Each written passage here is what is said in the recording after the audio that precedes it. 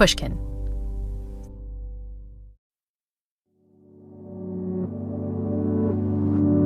If you're hoping to make big changes to your life in 2025, you're probably viewing those goals through a lens that's very much focused on yourself. I want to achieve this, or I want to become like that. The whole idea of self-improvement involves centering ourselves, putting our own hopes and worries in the spotlight. But if you're feeling this self-improvement bug in the new year, you may need to get over yourself. And I mean that in the nicest way possible, because the science shows that checking your ego may be a faster path to happiness than you think. But how can you get over yourself? And what are some strategies for taking yourself out of the spotlight? Today, we'll get some tips from Bruce Hood. Bruce is a professor at the University of Bristol in England and the author of The Science of Happiness, 7 Lessons for Living Well. Like me, Bruce turned to happiness science after seeing the mental health crisis that his students were going through. But Bruce and I share a bond that goes beyond our shared study of well-being. You know, I've reached 25 years at Bristol University here, and I've just been applying for a teaching fellowship where they ask you to reflect upon your career and how you felt you've made an impact. I always say I talk about this new recent kind of change into the work on happiness, and I attribute that to you, Laurie. And I make a big point of saying that this is an interesting situation where the student is now mentoring the tutor, because we met when I was visiting MIT and you were coming from Harvard as this kind of fiery young undergraduate working in comparative psychology at the time. And then I applied for a job at Harvard and ended up being one of the professors there. And I don't know if you remember this, Laurie, but you were an undergraduate at the time, but I let you take my graduate course. And the reason I did is I told people later on that Laurie had a much better way of explaining difficult concepts than I did. But 6 years ago is when things really changed, I think, is when that was a terrible time at Bristol University. It was 2018, and we had a spate of tragic suicides. And I realized that we needed to do something to help these students. And I looked around, and by coincidence, you had put on this amazing course at Yale, Psychology in the Good Life. And so I contacted you, and in your typical generous and selfless way, you shared all your notes, and I put together my version of the course, but with my perspective on it, and I called it Science of Happiness. And I've never looked back. Ever since then, it's like your course has become very impactful, influential, and really, really loved by the students. So I've now kind of dedicated my remaining time to trying to become an advocate and promote a change in higher education, actually, not just the general public, but trying to change the way we educate students, because, you know, I think there's a lot to be done for them. So funny that you bring up that graduate class that I took with you, because I definitely remember that. Yeah. Not only do I remember that, but I was cleaning out my Yale office recently, and I still had the binder of all the readings that we did for that course that was still in my office, 28 years later. So good Lord. I definitely remember it and made a big impact. And we published a lot of papers together as well. We did some really cool work, really fondly remembered. And so that gets to my next question, because you and I both share this kind of strange career path where we were studying something else and got interested in happiness. And one of the things that I recall you studying, and you even wrote one of your early books about, was this idea of the self. Yeah. What got you interested in the idea of the self, and kind of why is it so important? Yeah. So in one of my first books, I wrote about the way that we as adults have these misconceptions that really emerge early in childhood. And I had a throwaway statement in this first book about there being no self. And an editor picked up on this and said, "What do you mean by that?" And it never occurred to me that this was an issue in question, because I'd been trained in neurophysiology and the whole neuroscience approach and cognitive science, where we talk constantly about there being subsystems and generated experiences. So the self is a constructed notion in neuroscience, and that's something that no one really argues. There's no little you inside your head as such. Rather, it's the story that our brain weaves that pulls together all the various components which make up our experience. And so that got me thinking that maybe a book about the self-illusion would be valuable. I really had trouble convincing people that this was going to be a worthwhile book, but it's been one of those slow burners which has done really, really well over the years. It's actually my most successful book. And I think it's because it just gets you to kind of think differently about our common day experience, because we never question ourselves. We feel we're the same person from day to day. But of course, we're constantly changing. And that's something I know you've mentioned in your podcast. But the reality is, we are rewriting ourselves every day anew, which is slightly worrying, but also, I think, liberating, because it means you can change and you can become a different person if you recognize that you're not cast in stone. But I think it was this idea that you had that the self is an illusion and that we need to pay attention to the self to really understand human cognition and human behavior that really allowed you to have a different take on kind of what was going wrong when we think about happiness. Because you've really argued that the self really needs to kind of come into the fore when we try to figure out how to become happier and how to engage with our well-being better. What do you mean there? I think it's generally a true statement to say that children are born very self-centered. And this is something that Piaget, the great Swiss developmental psychologist, acknowledged. He described the world of the child as being egocentric. In other words, they couldn't really conceive of an external reality, and they had to discover that through their interactions. And that also includes discovering other people. And so this is generally true in the sense when you do research studies with very young children, they do seem to have a very self-centered view of the world. They think other people think the same things they do, see the world the same way exactly as they do. And there's lots of these funny demonstrations. I love the one about hide and seek. If you play hide and seek with a preschooler, don't be surprised if they run over to the corner of the room, pick up the waste paper basket, stick it over their head and stand there because they think if they can't see you, well, you can't see them. So I think that's a beautiful demonstration of kind of the self-centered view of the world. But in order to become a functioning, contributing member of society, you've got to relinquish that self-centeredness and learn to become more cooperative and more social. Now, there are buds of this early in infancy and early childhood, and clearly children are sociable, but they still have a very self-centered view of the world, and I think that's the default position. And like many aspects of development, we change over time, but many of the residual things stay with us. And I think that's the default mode of thinking. We see everything from the first person perspective, from our own stream of consciousness. And whilst we can understand that someone might have a different point of view, it takes effort sometimes to think about that and consider their perspective on things. Now, the reason that's important for happiness is that if you are so self-centered that you can only see your own situation, well, first of all, that lacks perspective. So there's a tendency to blow your own problems out of proportion. And secondly, if you're very self-centered and somewhat self-absorbed, then you're not really going to be able to integrate with those and share, the social support that they can give you. If somebody in their group is so self-centered, they never contribute, we're less inclined to help them out in many ways. So I think we're doing ourselves a disservice by focusing only on our own problems because we're blowing them out of context and actually not really engaging in a cooperative social interaction with those around us. And also, when you start to see that other people have problems in their lives which are insurmountable compared to ours, it really helps to calibrate things. So I think happiness is all about learning to become less egocentric. We're never going to abandon it, but just learning to kind of become more connected with others around us. Once you realize that this path to self-improvement requires you to become less self-centered, you'll be surprised how quickly you can feel happier and more connected. It just takes a little reframing. But more on that after the break.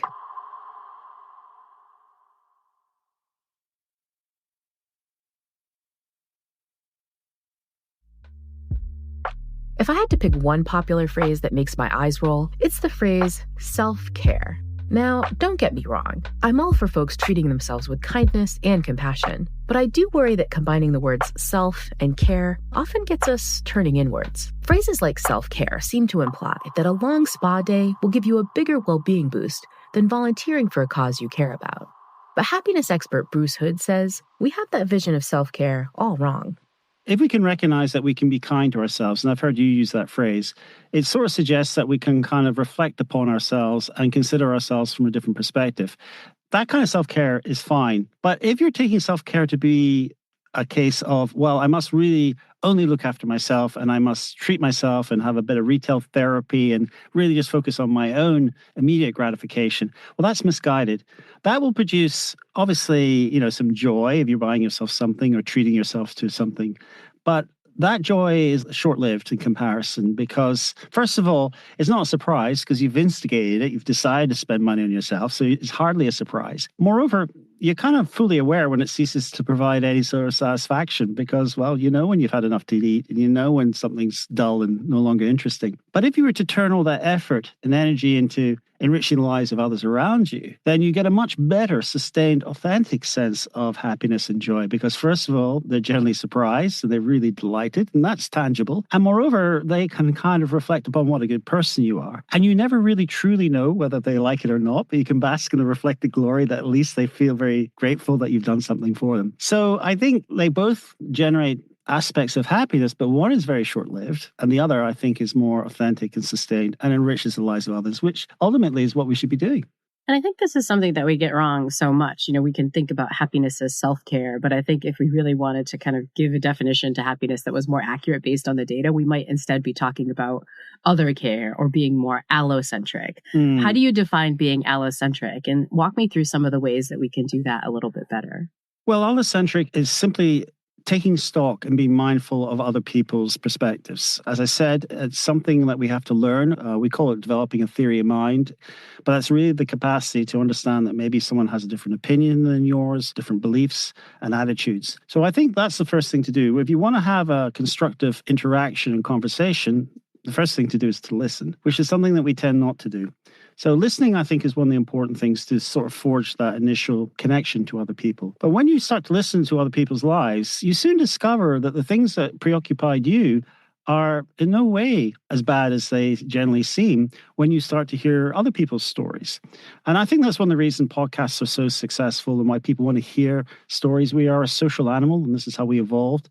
We're a narrative animal. We tell stories, and that's why we like stories, because we relate them to our own lives. And if you are so self-centered that you generally don't pay attention to what's going around in other people's lives, then I think you're missing out on a really important component of psychology, as it were. So allocentrics can be sort of indirect, just kind of listening to others, but then you can actually put the effort into changing other people's lives. You can volunteer, you can donate, you can help. One of the surprising things is that people who feel awkward, and this is a well-known phenomenon that when offered the opportunity to engage with other people, most people shy away from that because they think it will be a really negative experience. But all the data is very clear, is that it's an incredibly positive experience, both for the person helping and the person being helped. So again, this just demonstrates that our intuitions can sometimes be, off center when it comes to what's really good for us. So yeah, you can actually practically help other people out, and to do it in a selfless way, which is not expecting reciprocity or something in return, I think is really important, because then it loses its genuineness. It becomes obviously a transaction, which is not a recipe for happiness. All of these things, helping, donating, volunteering, just paying attention and listening to other people, are all the sorts of things I'm talking about when I say becoming more allocentric. Another thing you've talked about is just to become more social in general. Explain some of the studies that show just kind of being around other people and just connecting with them generally can be good for our happiness. Well, there's a bunch I highlight in the book, and some of these are kind of familiar, like, obviously joining a club. Other ones are a little bit more surprising. Choirs turned out to be incredibly strong, powerful social situations where literally the sum exceeds the component parts. Now, anyone who's ever sung in a musical, sung in a choir will know that moment where there's a perfect harmony between things. It just sounds magnificent. But literally what's going on in the brain is quite remarkable. There's a whole lot of synchronization going on between brain activation. The emotional systems are coming into sync. And I think that's a good example where both the mind and the brain are really kind of coming together in a really wonderful experience. So that's one example of social interactions. Anything done as a team is going to be a situation where you really have to coordinate and pay attention to what other people are doing. So again, I think team sports are a good example, but also sharing spaces together. And that's something that I know you've talked about on your show, and a number of people have commented on the lack of the third place, as it were.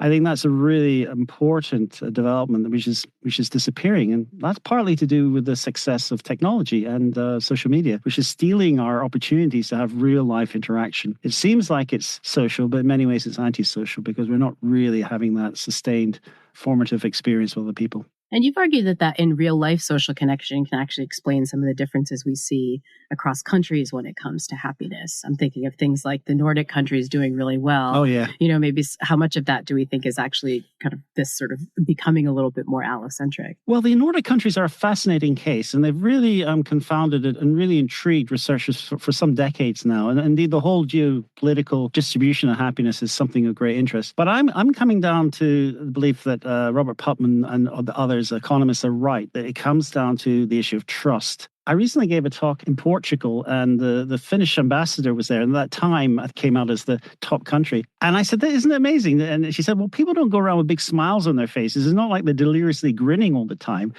And I said, but they keep coming up tops on the happiness. And it really comes down to the fact that they feel secure. They don't feel as competitive against each other. There's certain unwritten rules about what is considered etiquette, not to show off too much, not to brag too much, not to try and draw attention to the differences of people, but really to support each other. And of course, they have a very strong social support system for, various members of society. And they trust their politicians and they trust their authorities. In the UK, we have a very poor level of trust. Certainly for the past 16 years, it's been very bad. And I think that's contributed to our kind of low levels of happiness. And I think that trust sort of gets built up by the sort of usual interactions with people in real life. So this kind of disconnect that we're seeing in terms of our social fabric, in terms of some of these third places that you're mentioning, that's probably why we're not seeing the same trust levels that we saw before. Yes. And, during the various election campaigns and during anything where there are these partisan positions, it seems to fractionate. And that's one of the reasons that they're often associated with levels of kind of being unhappy and fearful and concerned. We had that situation in the UK with a vote about whether we should stay in Europe. And it was one of the most divisive campaigns I've ever seen. It really turned families against each other. And it was really just because of the lack of trust and lack of communication. And unfortunately, that's a mechanism that many politicians use to, further their position. And that's one of the unfortunate aspects of modern technologies as well. So interesting, because last year we had a few folks, political scientists on the show who were talking about kind of what we can do to build up civics. And they were arguing that one of the things you can do as an individual to fight kind of authoritarian politics is to actually just make friends, is to volunteer, is to join a choir, because those simple actions allow you to make the connections that build the trust that can kind of fight against some of those authoritarian regimes. Yeah. But it is important not to join an echo chamber. I think technology these days allows us to create these very siloed groups. I call them echo chambers for an obvious reason, because you keep hearing the same message back upon yourselves. And that, I don't think, is healthy. Rather, you need to have a broadened view, which is why on Twitter, or X as it's now called, I actually make a point of following different viewpoints just to see. And it's remarkable how different the opinions can be. So, I think everything really about your own personal happiness comes down to trying to see your connectedness to others. And another point I make, and this gets into my hobbies, is really seeing yourself in the big picture. And what I mean by that is the big picture in terms of how insignificant we really all are when it comes to the size of the universe and how long our lives last, but also appreciating the magnificent contributions of humanity, the longevity of civilizations over durations of time that we never really truly think about. And that's why one of the recommendations I say is that people should definitely go out, look at the world around them and start to ask why questions. Ask why is anything what it is. And when you approach life like that, you become more mindful of it, but you get a profound sense of being connected to a species that have been on this planet for a very long time.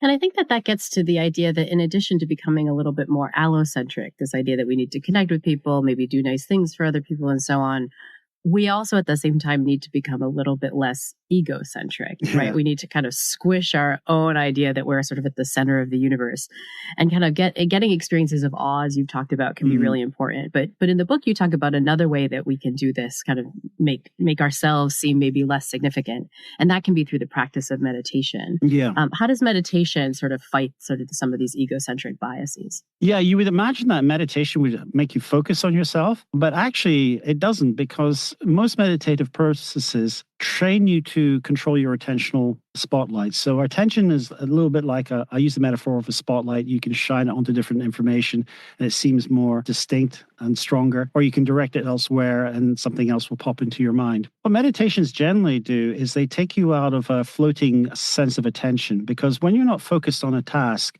as you well know, Laurie, there's a network in the brain called the default mode network, which is the default mode of thinking when you're not task focused. Now, mind wandering is all very well, and it happens a lot. And sometimes it's mind wandering into pleasant things. But we know from various studies that when you're not focused on a task and you're not thinking about something pleasant, the tendency is to think about negative things. Our brain has evolved to solve problems, so it spends a lot of its offline time running simulations of past encounters and future possibilities. And very often it's in an attempt to avoid any negative situation, which is why we focus on negative information and negative news more so than anything positive. What meditation does is it trains you to direct that attentional spotlight away from the internal thought processes. And in, for example, mindfulness meditation, you're asked to concentrate on, for example, physical sensations or your breathing, or you might recite a mantra. All of these are strategies to divert your attention away from the internal dialogue that you're having with yourself in your mind. What's remarkable is that if you do that over a long period of time, then you can soon develop a habit of not defaulting to the default mode network, as it were. And indeed, the activation in that network is subdued in those who are very experienced at meditation. The other thing about meditation is it trains you not to put too much emphasis on particular thoughts. So I don't know if you've ever had that issue when you've been thinking about something, you say, I got to stop thinking about it. You're tossing and turning in bed at night. I got to stop thinking about the interview with Laurie Santos tomorrow morning. And a really terrible stressor, I'm sure. A real stressor. Actually, I'm joking, of course. But the more you try to stop yourself doing it, the more profound and important that thought becomes. This is called ironic thought suppression.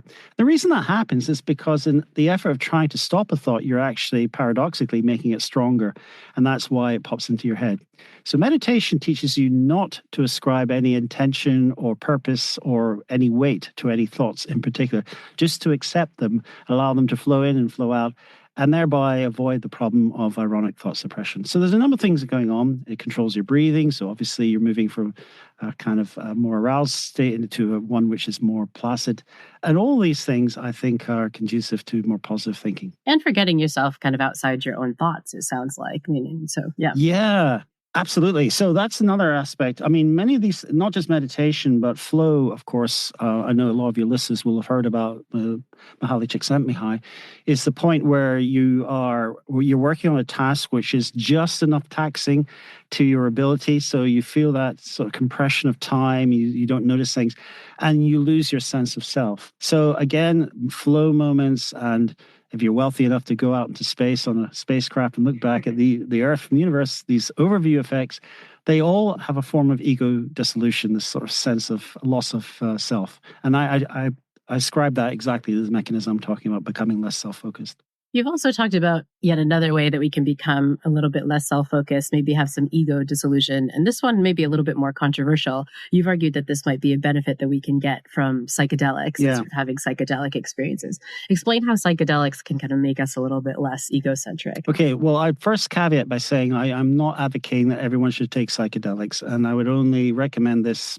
from the clinical evidence of those individuals who have intractable depression, because the evidence, in my opinion, is quite clear that this is really a potential game changer.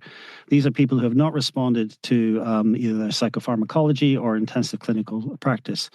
In these situations, there is not enough studies, but the studies that have been done show that they can experience a profound shift in their sense of self, and that also produces benefits to their depressive symptomology.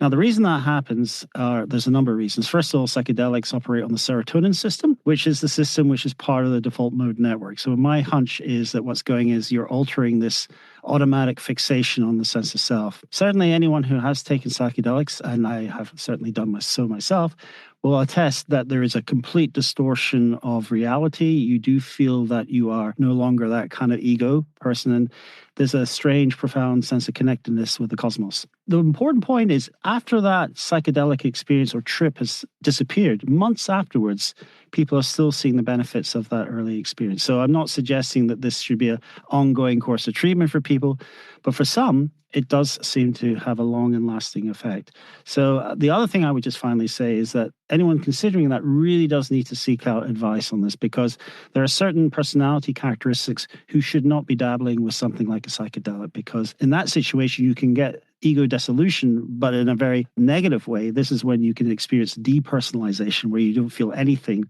is ever going to be real again. And that, I think, is an equally disturbing mindset.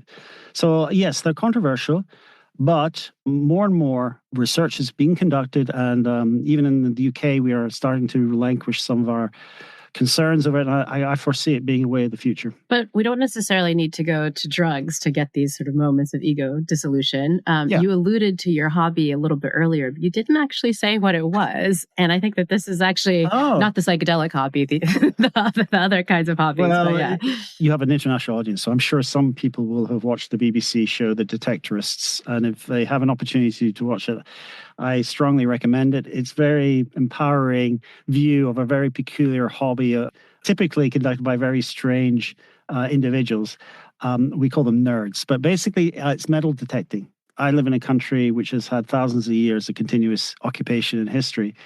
I'm very fortunate to be living in the countryside, and around me I'm surrounded by fields which were occupied by Romans and Celts and all the sorts of history that Hollywood brings to the screen. I actually live in the lands where that happened. And so I go out with my metal detector and I spend hours just scanning the fields. It's a little bit like fishing on land, I call it, listening for that signal. And you dig a lot of holes and there's a lot of junk, but every so often you find something which is quite remarkable and precious. Precious in the sense rare, not necessary. Sometimes it is precious, actually. Sometimes people find gold and silver and all these things. But in the book, I talk about a particular episode which coincidentally was on my birthday, and this is a true story. I was digging in a field and I uncovered a coin from the 2nd century of Marcus Aurelius. Now, I'm a big fan of the Stoic philosophers who teach that you can't really change life, but you can change the way you think about life and to get things into perspective. So I dug out this coin. It's nearly 1,800 years old. And it's got Marcus Aurelius. I recognized his portrait immediately. And I thought, isn't that amazing? And who dropped this coin? Was it a Roman centurion? Who was that person? So that goes back to what I was saying earlier on, kind of making that feeling of connectedness with humanity over the centuries. And, what would they make of us in 2,000 years from now? People going around with sticks trying to find coins under the ground. What are coins? I mean, it strikes me, I love this story. And it strikes me that it's showing a couple of different features that are relevant for happiness, right? One is this idea of connectedness, right? You're connecting not just to Marcus Aurelius and these old ideas, but these people that walked on your land outside your barn thousands of years ago.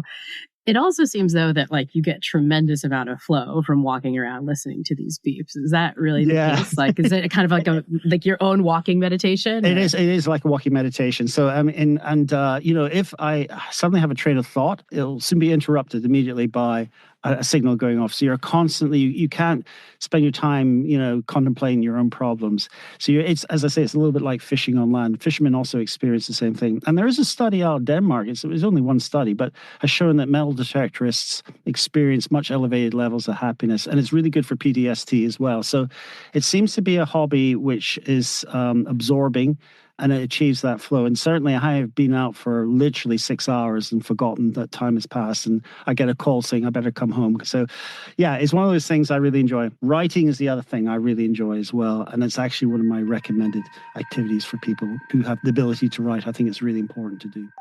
As Bruce says, writing can be a flow-boosting activity. I often lose myself when I'm working on one of these podcast scripts or digging into an academic paper. But if writing isn't something that comes naturally to you, there is one form of composition that you really ought to try out. I'll let you in on that tip for getting over yourself after the break.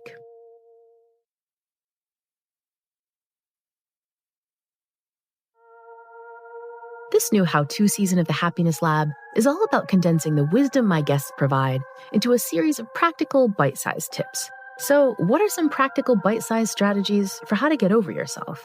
Professor Bruce Hood's first tip is to start a journal.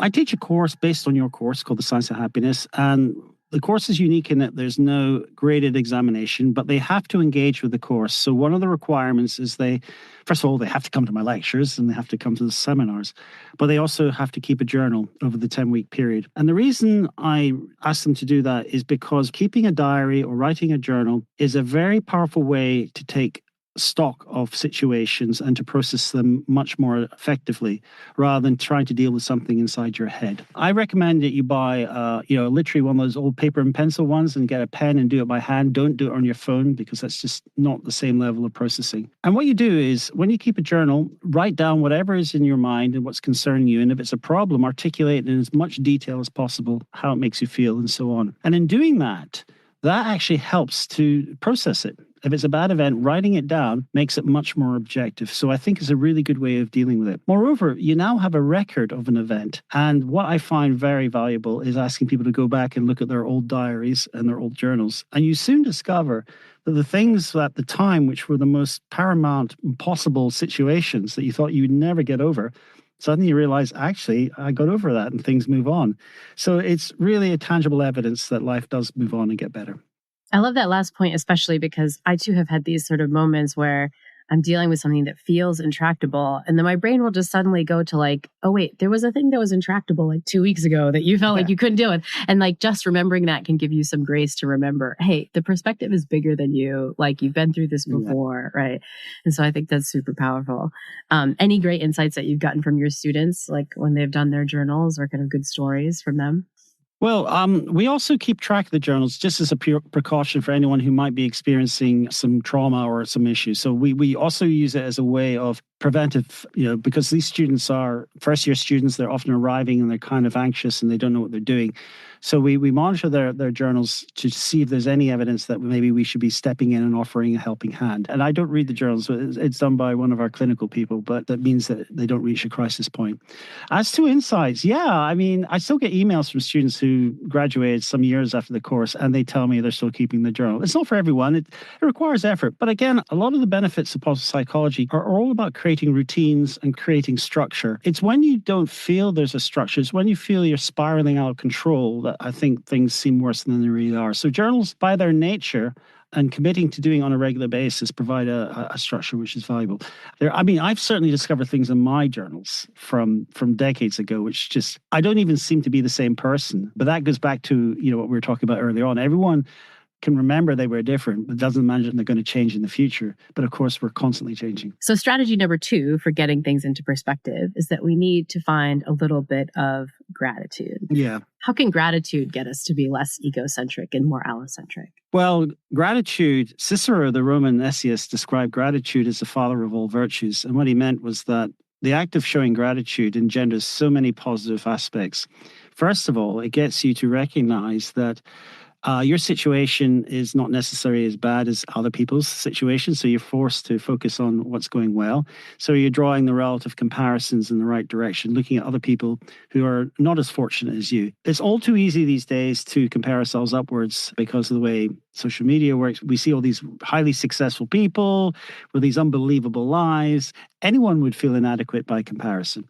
But when you express gratitude, you're acknowledging that you are in a good place and a good situation generally. And very often that gratitude involves other people as well. So again, it's forging a less egocentric view and recognizing that you're in your situation today because other people have helped you out. I know Marty Seligman has the gratitude letter, and that's a very profound exercise. That's where you write a letter and you thank someone specifically and deliver it to them.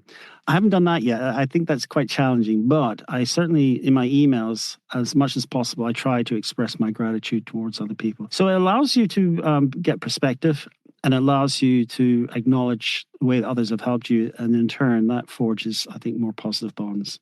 So that's tip number 2. Now we're turning to tip number 3 that can help us get perspective. And this one is like literally getting perspective. It's trying to find ways to, in your self-talk, engage in more perspective so you can coach yourself through a crisis. Yeah. What are some practical ways we could do this? So this is my party trick that I do during one of my talks, where I get people to imagine a situation, a real situation, a dilemma for them, which is upsetting them. And it has to be a personal thing, not a world problem. And I get them to talk about it in the first person, saying, I am worried about whatever it is, and this upsets me. And then I get them to imagine a scale of 0 to 10 and where they think they score in that. And then I repeat the process and I say, okay, I want you to talk about this problem, but use the third person, use your name, use pronouns like he, him, she, her, and talk about it as if you were talking to yourself like a friend.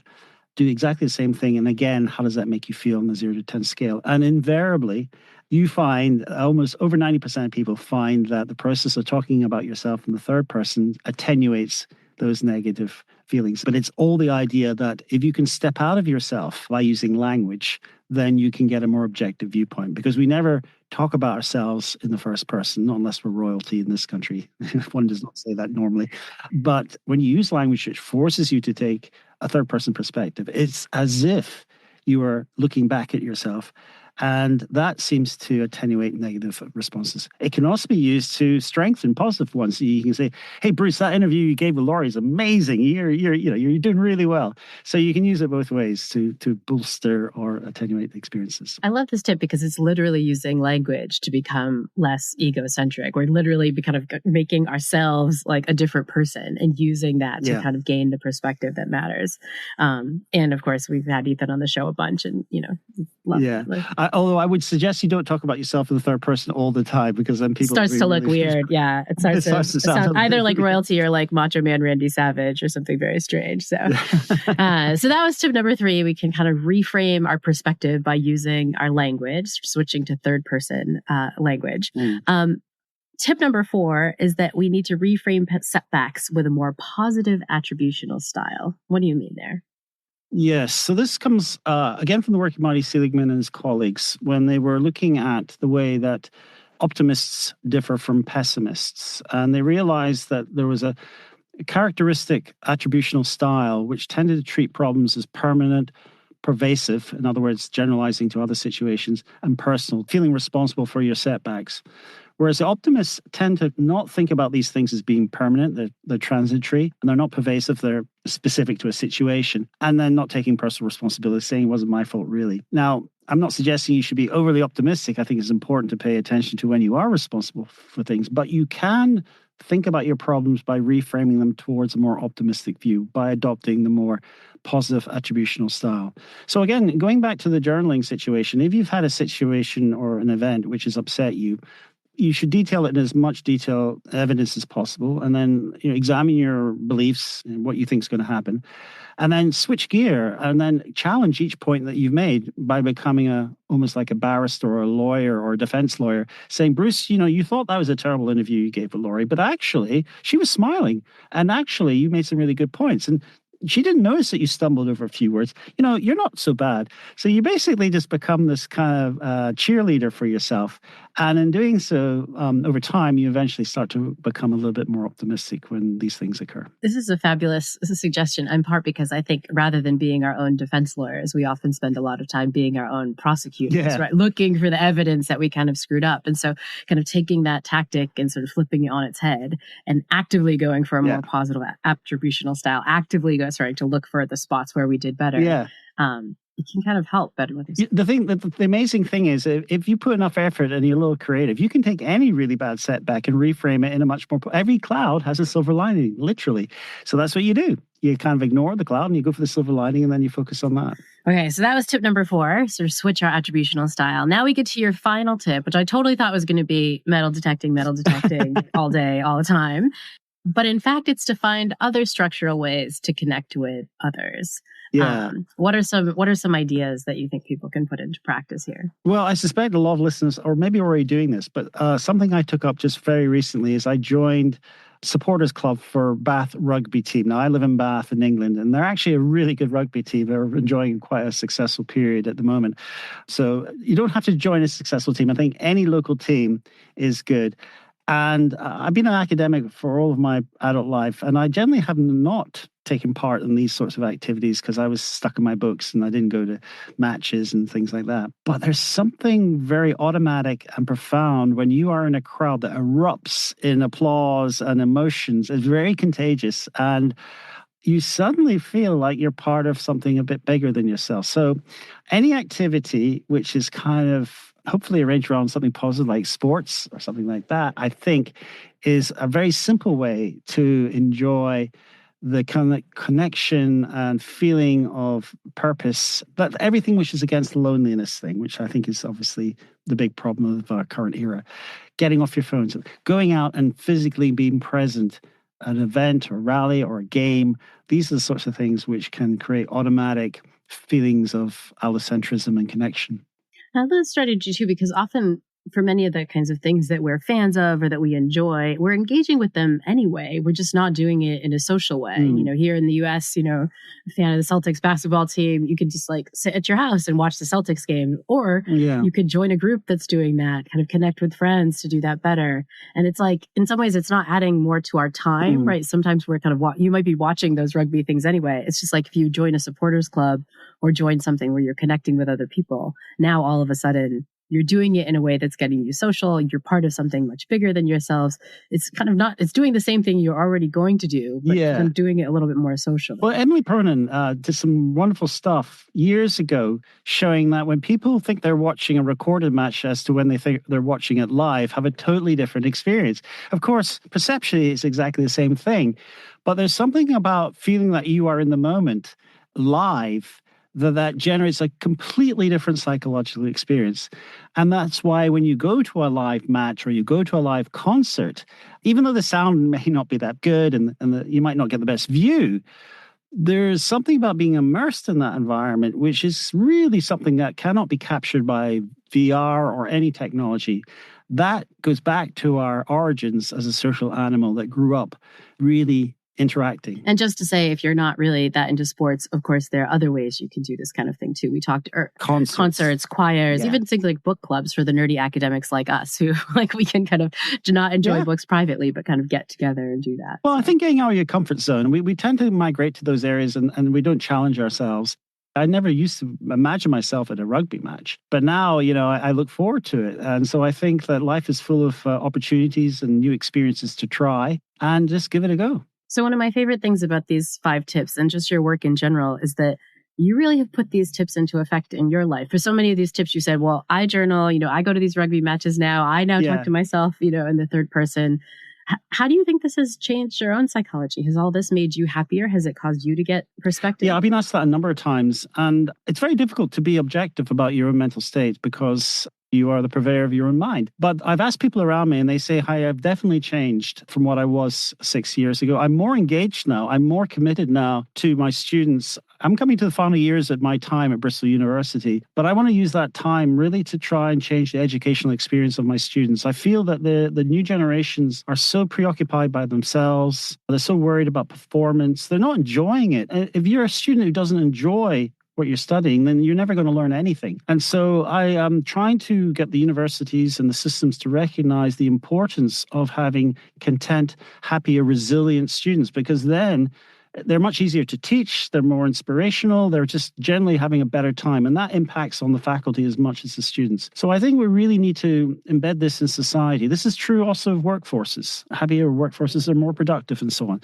So I think we've got to kind of really make this a cultural change and find ways to make it recognized, not as a kind of a last minute thought, but something which is central to the way that we conduct our lives. As usual, I agree with Bruce on this one. I'd also love for the lessons of positive psychology to become more embedded in our daily lives. Happiness should be just as much a part of college life as, say, test scores, and just as important to bosses as quarterly reports. But what are some steps we can all take to become a bit more allocentric? Let's recap Bruce's main points. Tip number 1, keep a journal. Old-fashioned pen and paper is best, but however you get your thoughts down, try to be as detailed as possible. Tip number 2, become more grateful. Think about all the great things in your life, and remember to thank the people who've helped you along the way. Tip number 3, alter your self-talk to get some distance. Discuss your worries and triumphs in the third person. Laurie's feeling underprepared to give this talk. Well done, Laurie. That talk went great. Tip number 4 is to become more optimistic. Remember that most of your problems aren't permanent, and even if you messed up once, it doesn't mean you'll mess up again. And Bruce's final tip for becoming less self-centered, get your club on. Join a choir, attend a concert, stand in the bleachers at a football game, or wherever they sit during those British rugby matches.